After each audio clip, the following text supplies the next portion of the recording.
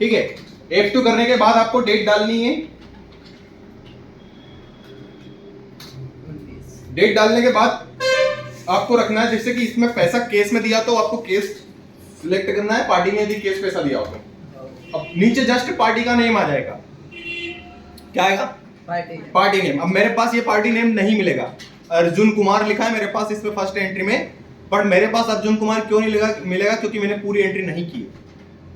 ठीक है, इसीलिए मेरे पास अर्जुन कुमार नहीं है। तो मैं ऐसा नाम ढूंढूंगा मेरी लिस्ट में जो इस लिस्ट में होगा मेरे पास, तो इस लिस्ट में होना चाहिए मेरे पास। अब मेरे को ये बताओ, इस ऊपर देखना मैं नाम बोल रहा हूं इस लिस्ट में से। अरुण है क्या मेरी लिस्ट में? नहीं है। अरविंद नहीं है। असलम नहीं है। हरि कम्युनिकेशन, जितेंद्र सेन, कंचन, हरि कम्युनिकेशन नहीं है। करण सिंह, महेश प्रजापति, नरेश सिंह है sir, Naresh trading company, Naresh trading है। ठीक है, उसके नीचे वाला है फिर वो जस्ट। अब ये देखो मेरे पास एंट्री में है नीचे से 1 2 3 4 5 6 7वीं एंट्री है नीचे से 1/3/2020 की एंट्री है। मेरे को डेट वापस दोबारा चेंज करनी पड़ेगी। ठीक है, तो 1/3/2020। ठीक है, मैंने डेट एंट्री चेंज कर ली, बट ये एंट्री में मेरे पास लिखा है बैंक, तो फिर अब मेरे पास बैंक का ऑप्शन तो है ही नहीं यहाँ पे, यहाँ तो केस ही है ना मेरे पास। अब मेरे को बैंक का लेजर बनाना पड़ेगा HDFC। तो आपकी जो, जैसे यहीं से क्लियर करता हूँ स्टार्टिंग में, जैसे आपने यहाँ पे पार्टी का नेम की जगह पे जैसे यहाँ सामने लिखा केस, तो मैंने केस सिलेक्ट कर लिया। मान लो कि वो पार्टी कौन है, यहाँ अर्जुन कुमार लिखा, उसकी जगह पे मैं किसको सिलेक्ट कर रहा हूँ? नरेश ट्रेडिंग कंपनी को। कितने रुपए बाकी देखो वहां दिख रहा है 12,464 रुपए, यही लिखा है यहाँ पे 12,464 रुपए देखो। ठीक है, अब वो अमाउंट अपने को यहाँ पे डालना है, देन इंटर करना है, ऑटोमेटिक वो माइनस कर देगा वहां से। ठीक है, ये एंट्री को बस इंटर करके एक्सेप्ट करना है। ये केस की है। अब यदि बैंक की है, उसके जस्ट नीचे 2 नंबर की एंट्री है। ठीक है, अब यहाँ पे केस लिखा 12,000 और 10,500 लिखा HDFC बैंक। इसका मतलब ये हुआ कि 22,500 टोटल पेमेंट है, उसमें से 12,000 तो उसने केस दिया पार्टी ने, और HDFC बैंक में दिया उसने 10,500 रुपए खाते में डाल दिए। तो ये 2 कंडीशन हो गए उसने पेमेंट करने के, 2 तरीके इस्तेमाल किए। तो जिसमें पैसा पूरा दिया उसने 22,500 रुपए, पर दिया किसने? अरुण जैन।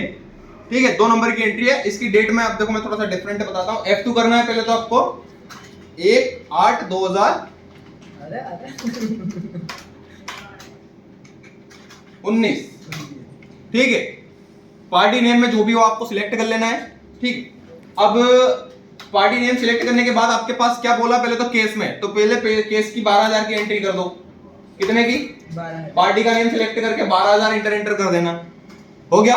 फिर वापस इसको वापस न्यू एंट्री करनी है। वापस डेट क्या डालनी है आपको? दोबारा F2 करके ये डेट रखना है या इसी में एंट्री कर देना, क्योंकि डेट सेम ही रहेगी 1/8/2019 वाली। फिर वापस यहाँ अल्टर C करना होगा। फिर अल्टर C करने के बाद HDFC बैंक अकाउंट,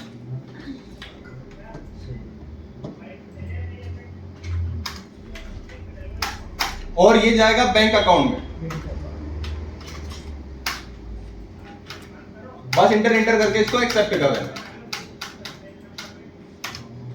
अब उसके बाद पैसे उसी पार्टी ने दिया है, अरुण को ही सिलेक्ट करना है ना। फिर 10,500 डाल देना।